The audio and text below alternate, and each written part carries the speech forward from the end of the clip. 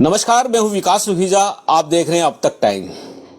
दोस्तों, करनाल की खबर है, बड़ी खबर, बड़ा एग्जिट पोल जिसको कहते हैं वो बताऊंगा आपको, बिल्कुल सटीक बताऊंगा। और ये ग्राउंड रिपोर्टिंग है, ग्राउंड से मिली जानकारी है और वो आपके सामने रख रहा हूं। और ठीक 14 घंटे के बाद आपको बता दूं किसकी किस्मत का ताला खुलेगा और किसकी किस्मत का ताला बंद रहने वाला है। बड़ी खबर, पूरा अपडेट, कौन बनेगा करनाल का मेयर। ये आंकड़ा है, एग्जिट पोल है, संभावित है।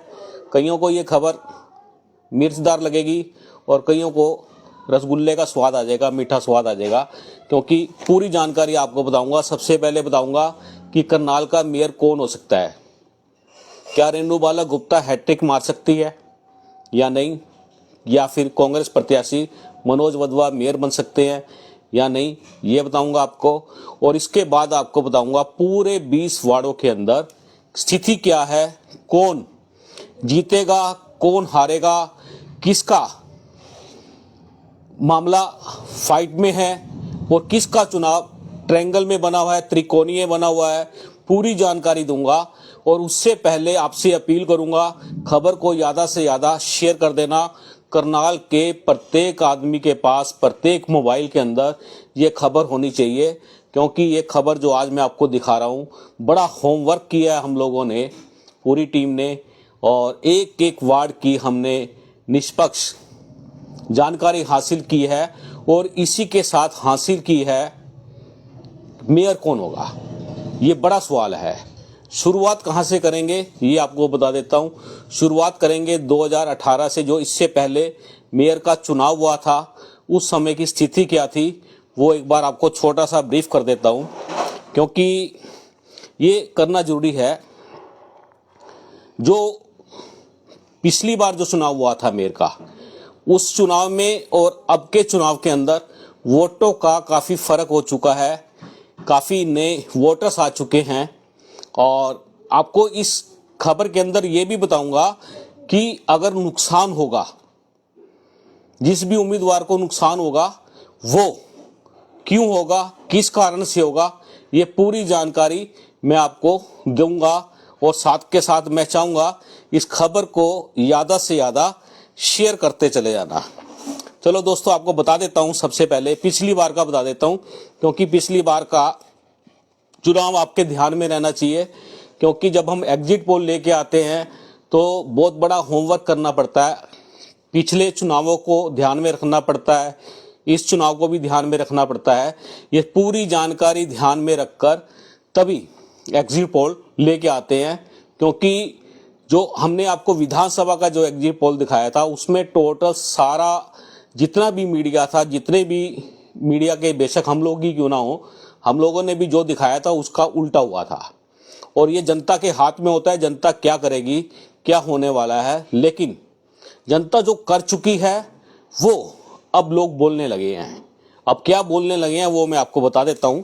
लेकिन उससे पहले आपको बता देता हूं, जो पिछली बार चुनाव हुआ था तब रेणुबाला गुप्ता ने चुनाव जीता था और उन्होंने अपनी प्रतिद्वंदी जो आशा मनोज वधवा थी उनको 9,348 वोटों से हराया था और रेणुबाला गुप्ता मेयर बनी थी। और रेणुबाला गुप्ता को वोट मिले थे 69,960 वोट मिले थे, और जबकि आशा मनोज वधवा को मिले थे 60,612।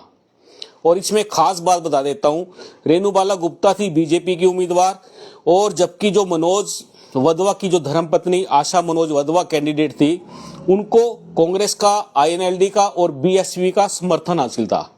अब परिस्थितियां बदली हैं, क्योंकि मुख्यमंत्री चेंज हो चुके हैं, हरियाणा के नायब सिंह सैनी बन चुके हैं।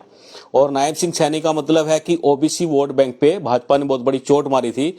लेकिन इस चुनाव का और अब इस बार के चुनाव का बड़ा अंतर आपको बता देता हूं, क्योंकि पिछली बार जो कैंडिडेट थे, लगभग 9 कैंडिडेट थे मेयर के चुनाव के अंदर, और इस बार के मेयर के चुनाव के अंदर 4 कैंडिडेट हैं। और बात करें तो मेन फाइट जो आ रही है, फाइट की बात करें, रेणुबाला गुप्ता जो भारतीय जनता पार्टी से है उनकी, और जो कांग्रेस के प्रत्याशी हैं मनोज वधवा। इस बार आशा मनोज वधवा के स्थान पर मनोज वधवा खुद फाइट में यानी कि चुनाव में उतरे थे। अब दोस्तों आंकड़े की बात कर लेते हैं। इस पूरे आंकड़े का खेल जो आपको मैं वो समझा देता हूं कि उस समय जो रेणुबाला गुप्ता को वोट मिले थे 69,960 वोट मिले थे, आशा मनोज वधवा को मिले थे 60,612। इन दोनों का जो डिफरेंस था वो 9,348 का डिफरेंस था। और इसके अलावा बता देता हूं कि जो अदर्स 7 कैंडिडेट में नोटा भी शामिल है, क्योंकि नोटा भी एक कैंडिडेट होता है। अगर आपको कैंडिडेट पसंद नहीं है तो आप नोटा में जा सकते हैं। तो दोस्तों इसमें बता देता हूं आपको, यहां जो आंकड़ा जो खेल खेला गया पूरा का पूरा जो खेल था, इससे पिछले चुनाव का आगे का बताऊंगा आपको। एक बार थोड़ा रिवाइज करा देता हूं। तो आजाद उम्मीदवार बात करें तो इसमें कि जो राजकुमार सैनी हैं उनकी पार्टी थी, उसकी तरफ से एलएसपी यानी कि लोकतंत्र सुरक्षा पार्टी की तरफ से इन्होंने उतारा था कोमल चंदेल को। ये नाम आपको ध्यान रखना है। और इनको वोट मिले थे 10,019 वोट मिले थे। और इसके अलावा बात करें वार्ड नंबर 2 के पार्षद हैं बलविंदर, जो रह चुके हैं पार्षद, उनकी धर्मपत्नी बेअंत कौर ने चुनाव लड़ा था, उनको मिले थे 7,336 वोट। और इसके अलावा एक तुलसी कैंडिडेट थी, उनको मिले थे 1,644 वोट। और इसके अलावा थी रानी कंबोज, जो इस समय कांग्रेस छोड़ के भाजपा में आ चुकी हैं, उनको मिले थे 1,029 वोट। और इसके अलावा बात करें तो राधा रानी हैं, उनको मिले थे 899 वोट। और इसके अलावा एक शिक्षिका मदान मैडम थी, उनको मिले थे 501 वोट। और नोटा को वोट मिले थे 1,032, यानी कि नोटा ने 3 कैंडिडेटों को हरा दिया था, जिसमें से बात करें तो रानी कंबोज को नोटा ने हरा दिया था, और राधा रानी को नोटा ने हरा दिया था, शिक्षा को नोटा ने हरा दिया था। तो ये टोटल जो वोट्स हैं सारे मिलाकर 1,53,022 वोट बनते हैं, इंक्लूडिंग जो मेयर बनी थी उनके और मेयर कैंडिडेट थी आशा मनोज वधवा उनके। ये आंकड़ा आपको बताना जरूरी था। और अब का जो खेल है वो समीकरण कहां पर कैसे बिगड़े हैं, क्या हुआ है, क्या रहने वाला है, ये आपको बताऊंगा। और ये बताऊंगा कि टोटल जो नुकसान होने वाला है वो किसको होने वाला है। आपको बता देता हूं कि जो हमने इस पूरे चुनाव को लेकर समीक्षा करी है, आप मेरे पास ये रिपोर्ट दे सकते हैं, ये सारी रिपोर्ट्स मेरे पास हैं, ये पूरे डाटेज हैं मेरे पास। और ये आप देख सकते हैं पूरा एक एक डाटा हमने पूरा ये सारा का सारा हमने इकट्ठा किया है। और उसके बाद हम आपके सामने आ चुके हैं। और ठीक 14 घंटे के बाद किस्मत किसकी पलटा मारेगी, क्या होगा, ये जो नतीजे आएंगे वो हैरान करने वाले आएंगे। अब दोस्तों बात करें तो इस समय बात कर लेते हैं कि मेयर चुनाव की बात कर लेते हैं। अब दोस्तों मेयर चुनाव की बात करेंगे तो मेयर चुनाव के अंदर जो वोट हैं, इस समय वोटों का आंकड़ा 3,19,18 वोट हैं।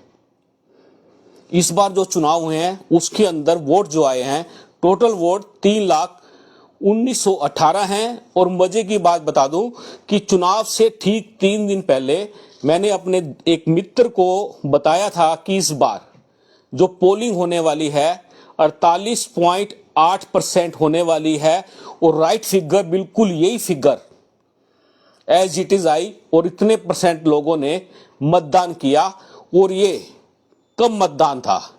और कम मतदान होने के कारण क्या है वो भी सुन लो, क्योंकि ये कम मतदान होने का कारण, सबसे बड़ा कारण ये था कि नई वार्डबंदी हो चुकी थी, नंबर 1।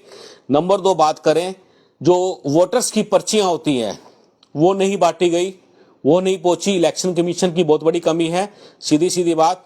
और उसके बाद बता दें, वार्डबंदी में जो मतदाता थे, मतदाताओं के मत केंद्र यानी कि मत केंद्र जो थे वो बदले जा चुके थे, जिसकी इंफॉर्मेशन नहीं दी गई थी। और चौथा पॉइंट बात करें तो कांग्रेसियों को जो था, अभी कांग्रेसी की बात करें तो इसमें जो कांग्रेसी थे वो जैसे कि त्रिलोचन सिंह, अशोक खुराना, रानी कंबोज, कुछ कांग्रेसियों ने इस बार पलटा मारी, कांग्रेस को छोड़कर भाजपा में चले गए। ये भी कहीं ना कहीं नुकसान में रहने वाला है। और इसके बाद बात करें तो एमएलए ने भी, खासतौर पर जो करनाल से एमएलए हैं जगमोहन आनंद जी, उन्होंने भी पंजाबी समाज को एकजुट करते हुए रेणुबाला गुप्ता के भारतीय जनता पार्टी के पक्ष में वोटों को डालने की अपील की, सहानुभूति लेने का प्रयास किया। और जहां तक बात कर रहे हैं कि वोटों की जो संख्या है वो अधिक हुई, और पंजाबियों का फैक्टर्स कहीं ना कहीं इस चुनाव में बड़ा डेंट मारने वाला है।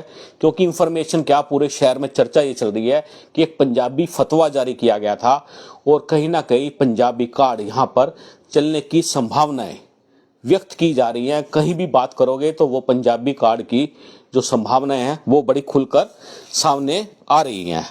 अगर हम इसमें खुले तौर पर बात करें, और खुले तौर पर बात करें तो इसमें जो 20 वार्ड हैं, जो 20 वार्ड पे जो कैंडिडेट मैदान में उतरे थे, उनकी वजह से ये चुनाव कहीं ना कहीं भारतीय जनता पार्टी के लिए नुकसानदायक सिद्ध हो सकता है, ऐसी हमारे पास इंफॉर्मेशन मिल रही है। और ये पूरी इंफॉर्मेशन आपको बताऊंगा। ये पूरे 20 वार्डों पे बड़ा डिपेंड करता है मेयर का चुनाव। अब अभी तक जितने भी एग्जिट पोल आए होंगे, आपको मालूम है, लोगों ने, पत्रकार साथियों ने लिखा भी है, कई पत्रकार साथी आपके सामने लाइव भी आए हैं, पूरी रिपोर्टिंग भी की है, पूरी जानकारी भी दी है। और ये पूरा का पूरा जो ताना बाना है वो आपको मैं बताऊंगा वार्ड नंबर 1 से लेकर 20 तक का। लेकिन उससे पहले बता दूं, इस समय की जो स्थिति है वो स्थिति पूरे के पूरे 20 वार्डों के आधार पर, 20 वार्डों के आधार पर वो कहीं ना कहीं पूरी तरह से इफेक्ट डालेगी। और ये इफेक्ट जो होगा ये कहीं ना कहीं बहुत बड़ा डेंट साबित हो सकता है। लेकिन भाग्य की, कहते हैं किस्मत जिसकी में लिखा हो राज करना, तो वो राज करेगा।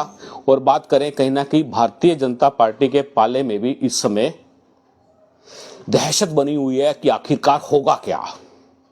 और बात करें कांग्रेस के पाले की, बात करें मनोज वधवा की बात करें, तो वहां पर वो बड़े कॉन्फिडेंट लग रहे हैं अपने आप को कि वो जीत का दावा कर रहे हैं। और लोग भी मनोज वधवा का नाम ले रहे हैं। ये बात बड़ी चौंकाने वाली है कि आखिरकार फैक्टर क्या है, क्या कारण है, क्या चक्कर है कि इस बार का चुनाव कहीं ना कहीं जो संभावित हो सकता है वो कहीं ना कहीं मनोज वधवा के पहले में जाता हुआ दिखाई दे रहा है इन आंकड़ों के आधार पर।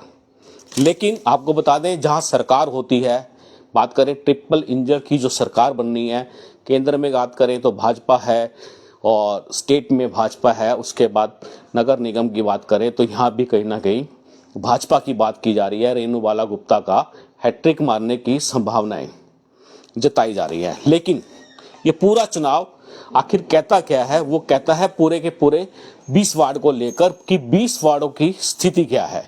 अब नॉर्मली आपको बता दूं, नॉर्मली क्या, बिल्कुल अभी तक जो बता दूं आप सुन के हैरान हो जाएंगे। भारतीय जनता पार्टी ने 2 उम्मीदवारों को निर्विरोध पार्षद बना दिया है। और खबर आ रही थी कि भारतीय जनता पार्टी सारे के सारे एमसी जीत जाएगी। लेकिन यहाँ स्थिति कुछ और है, क्योंकि वार्ड के हालात जो हैं वो कहीं ना कहीं बदले हुए दिखाई दे रहे हैं। लोगों की जो भावनाएं हैं वो भी खुलकर सामने आ चुकी हैं। लोग भी अब बोलने लगे हैं कि कहीं ना कहीं कि काम में अड़चन रही है। और अभी तक का जो आंकड़ा मेरे पास आ रहा है वो आपको बता देता हूं कि भारतीय जनता पार्टी के कितने पार्षद, 2 तो आपको बता दिए, इंक्लूडिंग कर लेते हैं, 1 2 3 4 5 6 पार्षद यानी कि क्लियर हैं, जिसमें से 2 निर्विरोध हैं। और इनके नाम बता देता हूं कि कौन से वार्ड से कौन जीत के आने वाला है। आपको बता देते हैं, वार्ड नंबर 1 से सुभाष कोच की धर्मपत्नी है सुदेश, वो ये चुनाव जीत कर आने वाली हैं। और इसके अलावा बात करें भारतीय जनता पार्टी की, आपको बता रहा हूं, और इसके बात करें संकल्प भंडारी, आपको मालूम है निर्विरोध चुने गए हैं। सुजाता अरोड़ा वार्ड नंबर 9 से ये जीत कर आ सकती हैं। और संकल्प भंडारी जो है वो 8 नंबर वार्ड से है। और इसके अलावा बात कर लेते हैं तो वार्ड नंबर 11 से संजीव वैता निर्विरोध चुने जा चुके हैं। और वार्ड नंबर 12 से मोनिक गर्ग, जो इनके पिताजी कृष्ण गर्ग भी भारतीय जनता पार्टी से पार्षद थे और सीनियर डिप्टी मेयर भी रह चुके हैं, और मोनिक गर्ग की धर्मपत्नी भी पार्षद रह चुकी है।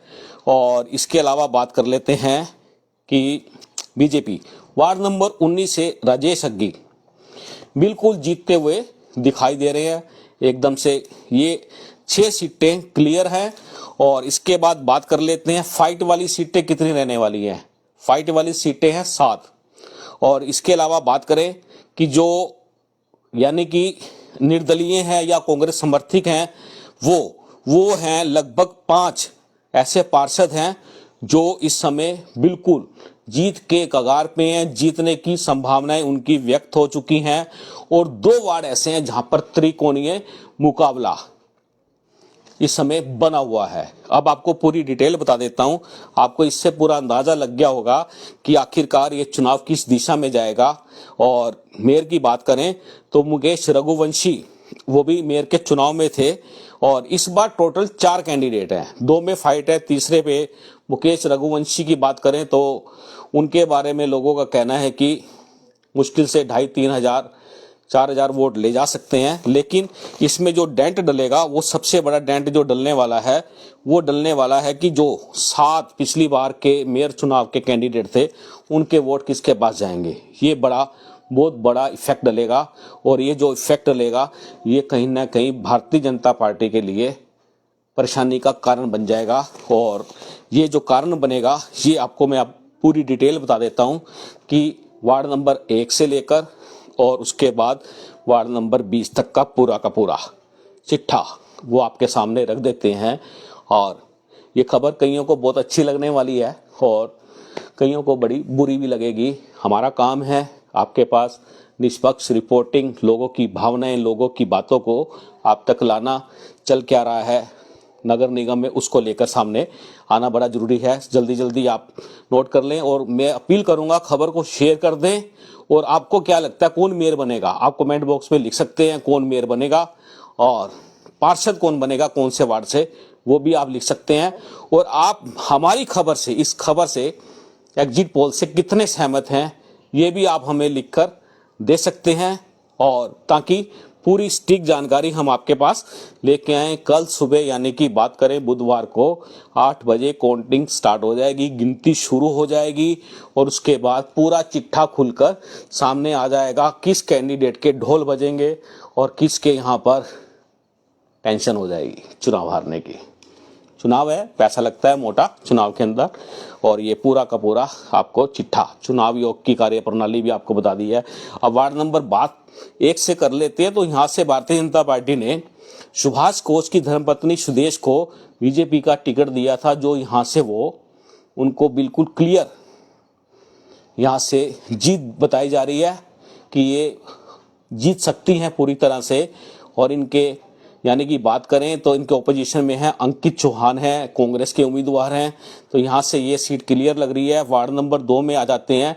वार्ड नंबर 2 में फाइट है, आपको मैंने बताया 7 वार्ड ऐसे हैं जिसमें फाइट है, जिसमें वार्ड नंबर 2 के अंदर फाइट है। और फाइट किसके अंदर है, एक तो भारतीय जनता पार्टी ने बेबी पाल को मैदान में उतारा है और कांग्रेस से उतारा है विकास कंबोज की धर्मपत्नी को, उनको उतारा है। हो इस वार्ड नंबर 2 के अंदर जो पूर्व पार्षद बलविंदर सिंह बराड़ जो थे उनका समर्थन था विकास कंबोज को, और यहाँ ये फाइट बन चुकी है और ये सीट कहीं ना कहीं पूरी तरह से फाइट में है। इसमें चौंकाने वाले परिणाम सामने आ सकते हैं। और वार्ड नंबर 3 की बात कर लेते हैं तो वार्ड नंबर 3 से भारतीय जनता पार्टी ने राजेश अरोड़ा को मैदान में उतारा है। और दूसरी ओर बात करें, कांग्रेसी नेता है पप्पू लाठर, लेकिन उन्होंने आजाद चुनाव लड़ा है। यहाँ पर उनका दावा था, बहुत काम किया उन्होंने, तो यहाँ से पप्पू लाठर की जीत सुनिश्चित की जा रही है। लोग कह रहे हैं कि पप्पू लाठर यहाँ से जीत जाएंगे और ये आंकड़े भी सामने आ रहे हैं। और इसके बाद बात कर लेते हैं वार्ड नंबर 4 से, जहां से भारतीय जनता पार्टी ने नौतना का पूरा नाम आपको मालूम है कि नौतना को मैदान से उतारा है। और यहां से ही पूर्व पार्षद रोहतास लाठर वो मैदान में है और मनोज मलिक आजाद हैं और इस वार्ड के अंदर भी फाइट है, बहुत जबरदस्त चुनाव की फाइट है। और फाइट किसके अंदर है ये आपको बता देते हैं। रोहतास लाठर और नौतना के अंदर फाइट चल रही है जबरदस्त। यहाँ से कौन जीतेगा, खबर बड़ी चौंकाने वाली आ सकती है। यहाँ से नौतना के बारे में कह रहे हैं कि नौतना जीत सकते हैं, लेकिन कहीं ना कहीं रोहतास लाठर इन दोनों के खेल में मनोज जो मलिक हैं उनकी भूमिका बड़ी अहम रहने वाली है। इस मैच को इन्होंने फंसा दिया है। वार्ड नंबर 5 की बात कर लेते हैं। वार्ड नंबर 5 से सुभाष कंबोज हैं, कांग्रेस से हैं रामेश्वर कश्यप और आजाद उम्मीदवार हैं रोहित कश्यप। आपको बता दें यहाँ भी फाइट है, वार्ड नंबर 5 में भी फाइट है जबरदस्त। इन तीनों के अंदर फाइट थी, लेकिन आजाद जो उम्मीदवार थे रोहित कश्यप, उनसे खबर आ रही थी कि उन्होंने भारतीय जनता पार्टी के उम्मीदवार को समर्थन दे दिया है। तो यहाँ पर सीधी सीधी फाइट हो चुकी है। इसमें कौन जीतेगा ये कहना मुश्किल है। और इसके बाद कर लेते हैं बात वार्ड नंबर 6 की, जहां से भारतीय जनता पार्टी की पूर्व पार्षद रजनी परोचा को मैदान में उतारा भारतीय जनता पार्टी ने, और आजाद तौर पर आए हैं अंकित तितोरिया। अब ये जो अंकित तितोरिया हैं ये हैं पूर्व पार्षद विनोद तितोरिया, कांग्रेसी नेता के सुपुत्र हैं, वो मैदान में हैं। और तीसरा कैंडिडेट है कांग्रेसी अन्नू दुग्गल। तो ये जो मैच है ये वाला जो चुनाव है, ये चुनाव फंस गया है। ये चुनाव फंस गया है और यहां से भी भारतीय जनता पार्टी की उम्मीदवार को नुकसान हो सकता है। जो क्लियर सामने बात आ रही है, कहीं ना कहीं अंकित तितोरिया यहां पर भारी पड़ते हुए दिखाई दे रहे हैं। विनोद तितोरिया से मैंने बात की तो उन्होंने साफ तौर पे कहा कि हम दोनों सीटें जीत रहे हैं। विनोद तितोरिया भी चुनाव लड़ रहे हैं वार्ड नंबर 14 से, ये भी आपको बताऊंगा। और इसके बाद बात कर लेते हैं वार्ड नंबर 7 की बात कर लेते हैं। वार्ड नंबर 7 में भी फाइट है, और ये फाइट है जोगेंद्र शर्मा भारतीय जनता पार्टी के उम्मीदवार हैं। और दूसरी तरफ से बात करें कांग्रेसी नेता जीत राम कश्यप के बेटे की बहू, यानी कि उनकी जो नूह है वो रेणु कश्यप, वो मैदान में है। और यहां पर सीधी सीधी दोनों में फाइट है पूरी जबरदस्त। और इसमें कौन जीतेगा ये कल आपको पता लगेगा। लेकिन अगर बात करें तो कहीं ना कहीं रेणु कश्यप का जो पलड़ा है वो भारी बताया जा रहा है, ये आपको क्लियर कर देते हैं। और वार्ड नंबर 8 से संकल्प भंडारी जो भारतीय जनता पार्टी के हैं वो निर्विरोध चुने जा चुके हैं, पार्षद बन चुके हैं। और वार्ड नंबर 9 की बात कर लेते हैं, जहां से सुजाता अरोड़ा भारतीय जनता पार्टी की एक तरफा जीत बताई जा रही है, वो जीत सकती हैं। और इसके बाद वार्ड नंबर जो 10 है, वार्ड नंबर 10 जहां से करनाल के विधायक जगमोहन आनंद का ये वार्ड है। और यहां से भारतीय जनता पार्टी ने पायल अरोड़ा को मैदान में उतारा था और अपने ही नेता यानी कि वीर विक्रम का टिकट काटा था। और वीर विक्रम ने अपनी बेटी को मैदान में, आयशा कुमार को मैदान में उतारा था। और ये जो चुनाव था आपको बता दें वार्ड नंबर 10 का, क्लियर कह रहे हैं कि वीर विक्रम जीत रहे हैं, लेकिन ऐसा नहीं है, क्योंकि यहाँ विधायक की प्रतिष्ठा दांव पर लगी हुई है। और ये मैच जो है, ये वाला चुनाव जो है, ये फाइट में है, दोनों के अंदर जबरदस्त फाइट है पूरी की पूरी। और उसके बाद बात कर लेते हैं वार्ड नंबर 11 से। पूर्व उद्योग मंत्री रह चुके शशिपाल मेहता भाजपा के वरिष्ठ नेता है, उनके बेटे संजीव मेहता को निर्विरोध पार्षद चुना जा चुका है। यहाँ इस वार्ड के अंदर पोलिंग कम हुआ है, ध्यान रखना कि जो पोलिंग कम हुआ है इस पूरे चुनाव का, यानी कि जो तिया पांचा एक कर देती है ना, वो काम हो गया इस पूरे चुनाव के अंदर। और इसके बाद वार्ड नंबर 12 की बात कर लें तो मोनिक गर्ग भारतीय जनता पार्टी के उम्मीदवार हैं और कांग्रेस के उम्मीदवार हैं जसपाल गोल्डी। दोस्तों इस चुनाव को लेकर जीत जो है वो मोनिक गर्ग की क्लियर बता रहे हैं। और यहाँ इस वार्ड में जसपाल गोल्डी को बिठाने का प्रयास किया गया था, विवाद हुआ था, जबरदस्त खबर सामने आई थी।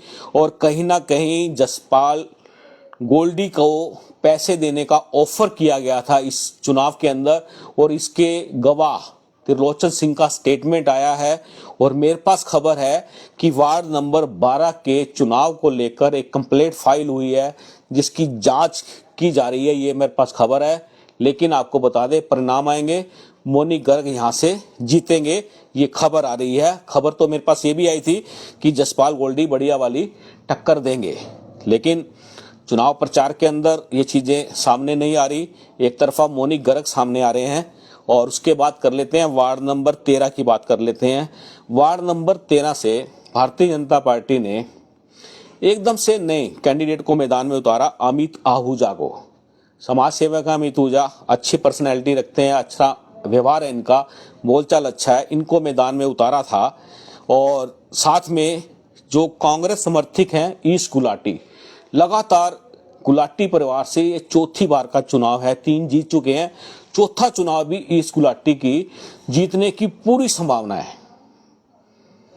ईश गुलाटी यहां से जीत सकते हैं, ऐसी संभावनाएं पूरी आ चुकी हैं। और इसके बाद बात कर लेते हैं वार्ड नंबर 14 की।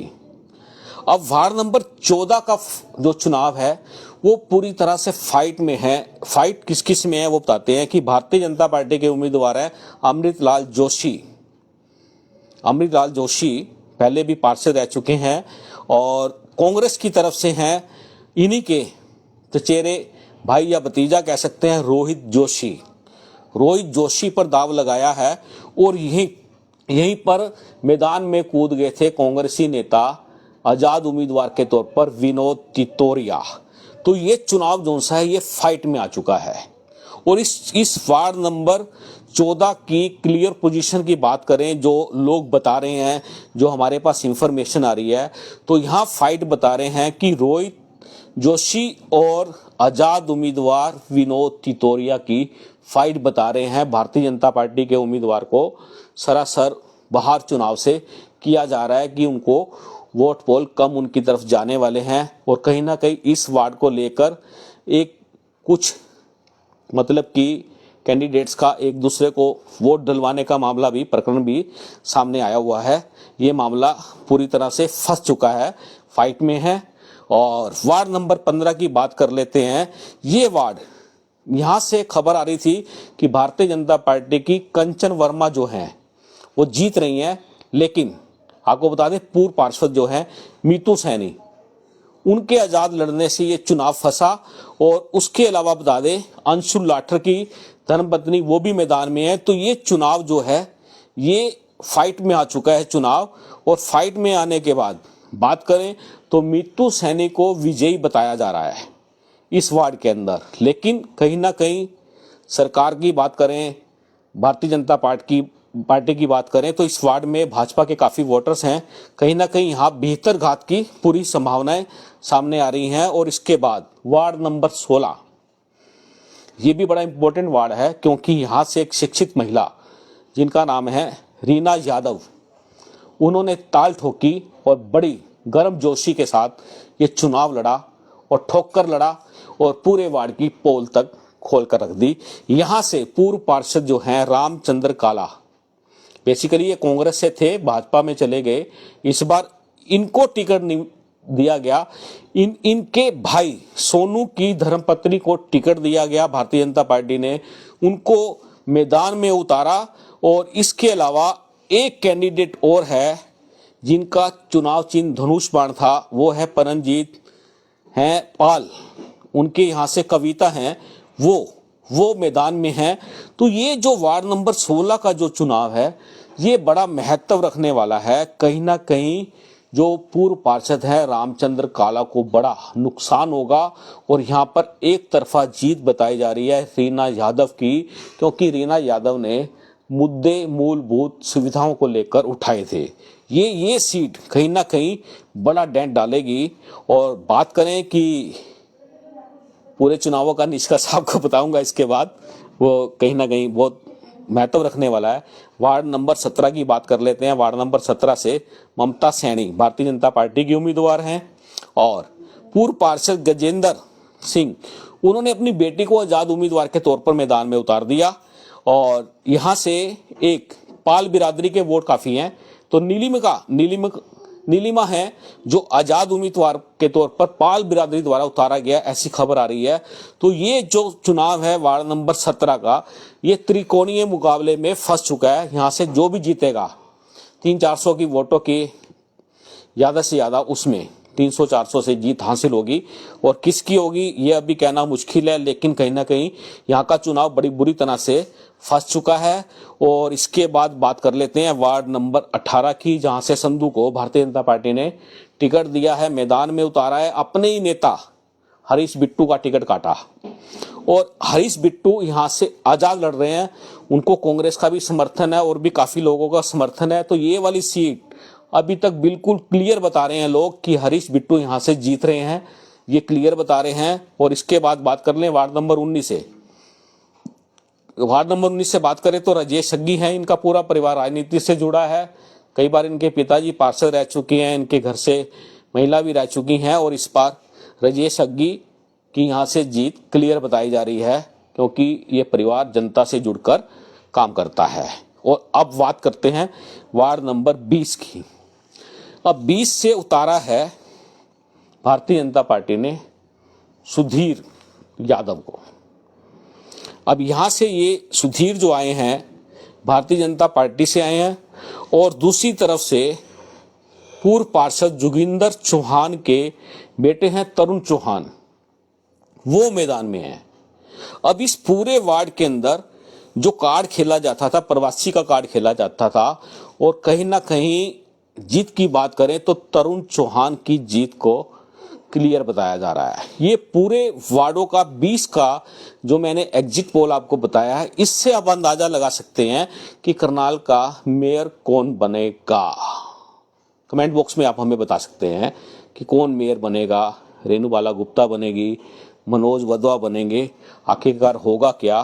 क्योंकि इस पूरे चुनाव के अंदर बात करें तो लगभग जो ये कैंडिडेट्स हैं 7 इंक्लूडिंग नोटा, तो इनके जो वोट हैं वो 22,450 वोट ये किस ओर जाएंगे। अगर हम बात करें जातिगत बात करें कार्ड की बात करें, जातिगत कार्ड जो खेला जाता है उसकी बात करें, तो यहां पर ये बड़ा फर्क आने वाला है। फिलहाल बात करें तो मनोज वधवा के जो ग्रुप्स के लोग हैं, मनोज वधवा के समर्थक हैं, उनका कहना है कि वो 25 से 30 हजार वोटों से जीत रहे हैं, ये उनका कहना है। और हर तरफ आवाज की बात करें तो मनोज वधवा की आवाज उठ रही है। लोग मनोज वधवा का नाम लेते हैं, ऊपर का वोट किसको, नीचे का वोट किसको। लेकिन यहाँ जो बड़ी आपको बता दूं, सबसे बड़ी और हैरान और चौंकाने वाली बात जो रहने वाली है, क्योंकि करनाल के जो वोटर हैं बड़े शिक्षित समझदार हैं, और इसीलिए उन्होंने 48.8% पोलिंग की। कारण क्या था कम पोलिंग का, वो मैंने आपको बताया है।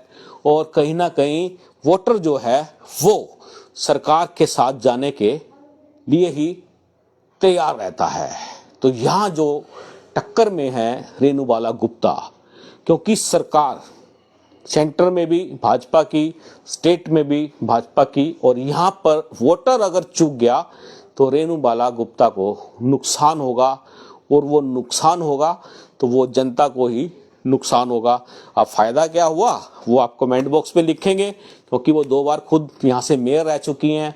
उनकी सादगी, उनकी बात करने का तरीका, उनके जो पतिदेव हैं बृजभूषण गुप्ता जी, उनका बात करने का तरीका, ये सब चीजें कहीं ना कहीं इस चुनाव के ऊपर बड़ा इफेक्ट डालेंगी। और दोस्तों एक बड़ी बात जो पूरे चुनाव के अंदर निकल कर सामने आई, अपील भी की गई लोगों द्वारा कि वोट उसको दिया जाए जो आपके दुख सुख में शामिल होता हो।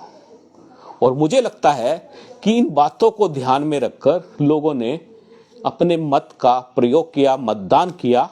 लेकिन इस पूरे चुनाव के अंदर जो नुकसान हो सकता है, अगर मान लो भारतीय जनता पार्टी को नुकसान होता है, तो उसके कारण मैंने आपको बता दिए कि सबसे पहले नई वार्डबंदी ये नुकसानदायक रहेगी। पर्चियों का ना बंटना, वोटर्स की पर्चियां बढ़ती हैं, इलेक्शन कमीशन की ड्यूटीज होती है पहुंचाने की, वो ना पहुंच पाना। उसके बाद वार्ड बंदी के अंदर मतदाता के जो मतदान केंद्र थे उसकी जानकारी ना पहुंच पाना। उसके बाद कांग्रेस के जो नेता आए भाजपा के अंदर और उनकी जो पोल पट्टी खोल दी।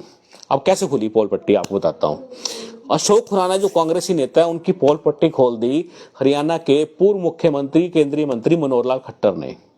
उनके जो राज थे वो खोल दिए, कि किस तरह से उन्होंने भाजपा का साथ दिया था। और इसी तरह से जो हरियाणा के मुख्यमंत्री है नायब सिंह सैनी, उन्होंने सरदार त्रिलोचन सिंह की पोल खोल दी। अब ये जो कहीं ना कहीं इस तरह की जो बयानबाजी आती है, इस तरह की जो स्टेटमेंट आती है, ये पूरे चुनाव पे बहुत बड़ा डेंट डाल देती है। ये यानी कि ये बड़ा नुकसान होगा। और पूरे चुनाव के अंदर एक कार्ड खेला गया जिसकी खबर आ रही थी, पंजाबी कार्ड खेला गया है। पंजाबी वोटर मानते हैं ज्यादा है, वैश्य समाज के कम है। और ये पूरा का पूरा चुनाव एक नई दिशा की ओर जाएगा। दोस्तों, पूरा जी पोल आपको कैसे लगा है आप हमें जरूर बताइएगा। आप देख रहे हैं अब तक टाइम्स, मैं हूं विकास सुगीजा अपने साथी कृष्ण के साथ। नमस्कार, जय हिंद, जय भारत।